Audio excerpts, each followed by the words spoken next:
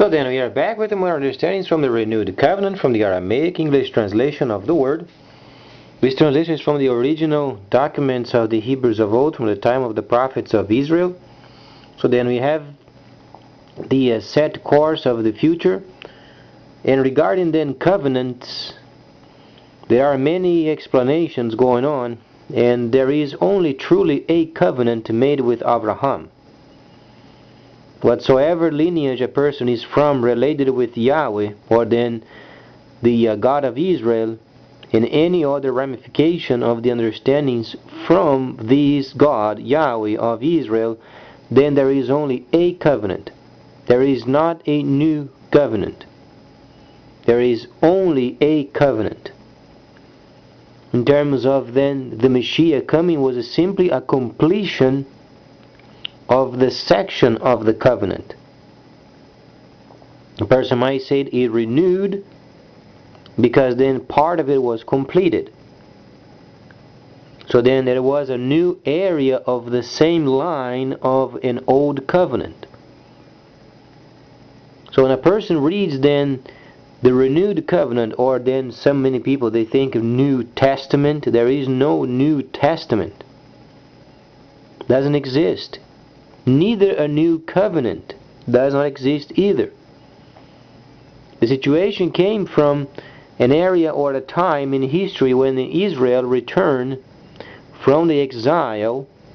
Then they would be again start working the land. Then the manuscripts, they were lost. The temple was lost. They had to rebuild. As they were rebuilding, then they would rewrite the scripture, and sometimes because of the devastation experienced, they thought Yahweh had then broken the covenant. So then a new covenant had to be started. It wasn't the truth. The truth was there was always only a covenant with Abraham, unbroken from the part of Yahweh.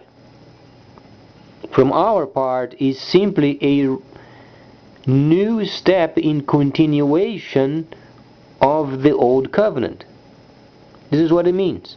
So throughout the generations there is only a covenant, and only the set apart people they have the covenant. Then when they are saved in the Messiah, simply they resume the second services. So then the original covenant remains as it is, because they are secluded obeying the Torah. When you hear covenant, is always linked with the Torah.